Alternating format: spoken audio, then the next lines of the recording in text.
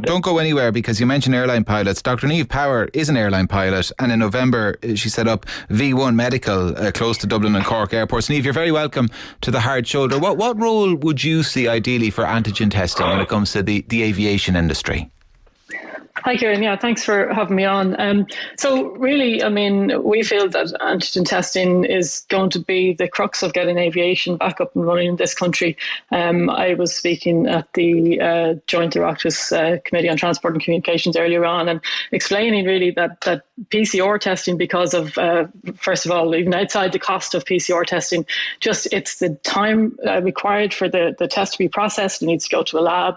The results need to be brought back then. So you're talking sort of, at least 24 hours for that to be processed. And that really just isn't feasible in an industry where flexibility and adaptability is really essential.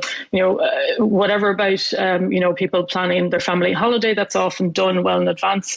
But we're currently testing a lot of airline crews, shipping crews, engineering professionals that are working on infrastructure projects in Europe, people who need to travel at short notice for family illnesses, bereavements, etc. And those people can't, sort of plan their trip that far in advance. They need to have something that's readily available and quick and flexible, like an antigen test that we can deliver the results in 30 minutes. And so they can, even turn up at the airports. We've had, the check-in staff from various airlines at the airport sending people to us who've turned up to check in, don't have the required test, or their test is out of date, and they can come down and be back up at the check-in desks in 20 or 30 minutes with the test. So I think, it's really essential that our governments get back in line with what most of Europe and the rest of the world are already doing, and implement antigen testing, both for inbound and to facilitate antigen testing outbound on the EU digital COVID certificate. How frustrating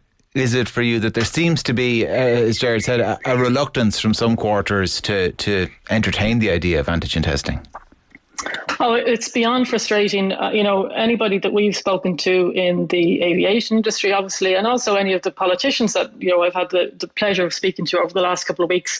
And as Senator Crocco said, I was one of those who was outside Leinster House and the Convention Centre over the last couple of weeks. And in fact, V1 Medical were the company that oversaw the antigen testing for the pilots that attended there.